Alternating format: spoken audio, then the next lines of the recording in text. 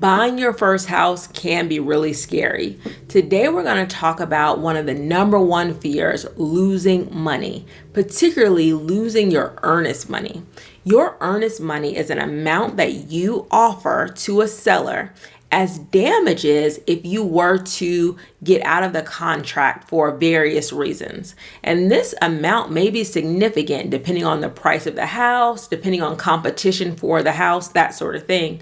So I'm going to tell you 4 things that you can do to make sure that money is safe and that if you do get out of your contract, that money would potentially be refunded to you.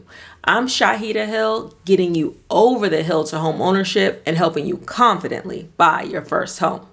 So one of the things you want to make sure you have in your contract is a finance contingency. So your finance contingency is a contingency that has a date with it. So for example, you will say, and I'm going to go from January. You make an offer on January 1st with a closing date of January 30th. And you may have a finance contingency in that contract that says, if I don't get approved for financing by the 21st of January, then I could cancel this contract and get my earnest money back. So you should have some type of finance contingency in your contract because most of the time you are just pre-approved. You are not fully approved because, you haven't gone through underwriting. Things may have changed from the time you received your pre-approval from the lender. So you are not fully approved or clear to close until your lender tells you that you are. So it's really smart for you to have a finance contingency in your contract saying that if something happens and you're not able to get full approval from your lender, that you could terminate this agreement and get your earnest money back. So you want to talk to your agent about this ahead of time, and it's going to have a date associated with it in most cases. So you want to make sure that you're talking to your lender to making sure you're going to meet that deadline, and you're also talking with your real estate agent to make sure that they're in communication with the seller's agent to make sure you don't miss that deadline. Number 2 is an appraisal contingency. So before a lender is going to lend you money for the home, they're going to do an appraisal to make sure the home is worth what they're lending you for that property. So they'll send an appraiser out at some point during your transaction. So you're going to have an appraisal contingency in that contract.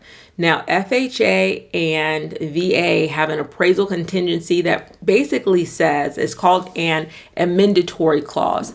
They basically have a clause in most contracts, check with your agent, that says if the home does not appraise for the contract price, then you don't have to purchase that property and you can get your deposit back. So you want to check with your agent to make sure if you're using FHA or VA that is in your contract. If you are doing conventional, if you're doing a conventional loan, you may have to add an appraisal contingency to your contract because you don't want to be held. And it really depends on the market. If you do not plan on paying the difference between the appraised value and your contract price, then you probably want an appraisal contingency in the contract if you want to keep your earnest money. So let's go back through that same example. You make an offer on January 1st. Maybe your appraisal contingency says that, you're going to have it appraised by the 20th of the month. And if it does not appraise, you're able to terminate or get your earnest money back.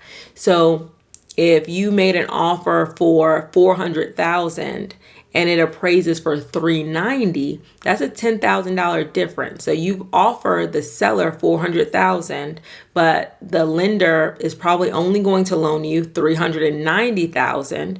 So that seller could ask you to, come up with the cash for that other $10,000. You also can negotiate back down to the appraisal amount, but you want to have that spelled out exactly what's going to happen in that appraisal contingency, because if you can't reach an agreement with the seller, you want to be able to get your earnest money back. So you want to talk through through this scenario with your agent and say, hey, do I have an appraisal contingency if the home does not appraise for what we offered in the contract? Number 3, if you can, with your lender, go through underwriting ahead of time, because we talked about the finance contingency at the beginning, that you have that in there. But a lot of times things may come up that, you didn't initially see, and maybe the finance contingency has passed and then something comes up. So you want to make sure to ask your lender if you can go through underwriting ahead of time. So then there's no surprises that will come up after you go under contract. They've pretty much seen everything they want to see in your financials. And so nothing would be a surprise that would have them not fund your mortgage or fund your loan.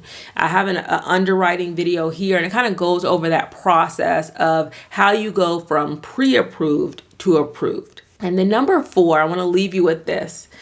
When I'm representing sellers, I'm trying to get as much earnest money as possible. I want as much earnest money from the buyer as possible, because that is going to wind up being damages if that buyer terminates that contract with my seller. Okay. And for example, I've had someone terminate 2 days before closing, and, they had a bankruptcy come up on their loan. I'm not sure how the lender didn't see this, but 2 days before closing, my seller's excited to close. They're, thinking that they're going to, be selling their house, getting these funds, not having to pay next month's mortgage, right? So they're really prepared to close and sell their house. And if something happens at the last minute, that earnest money becomes what I, can say, hey, my seller, this contract hasn't worked out. We have to put your house back on the market, but at least you have this, this earnest money amount from the buyers that you can use that maybe covers your moving expenses. If you moved prematurely, it could cover your mortgage for the next month until you find another buyer. So there's a lot of uses for that money for the seller. So if an agent is representing a seller, they're trying to get as much money as possible. For buyers, you want to put as little earnest money down as possible, just in case you come into a situation where you terminate unexpectedly and they are taking your earnest money as damages for you not completing the contract or not, finishing the deal. In a lot of states, they cannot sue you because that earnest money amount is what they would get as damages. So you want to check with your agent for your state. Can you be sued if you terminate the contract? Say the day of closing, you decide, I don't want this house anymore and I'm terminating. Can the seller sue you? Can they only get your earnest money? You want to have those conversations. It should be written out in the contract what, either side could do. I've done a video if the seller decides that they no longer want to sell the house to you, because if you've never thought about it before, you're not getting any kind of earnest money from the seller. So this video will help you to understand what the seller can do or what you can do if the seller decides they no longer want to sell the house to you and they're under contract. I hope this was helpful. Please follow and make sure you're having a really good conversation with your agent so your earnest money is protected. All right. If you have any questions, please put it in the comments. Please like and subscribe to my channel for new videos every week.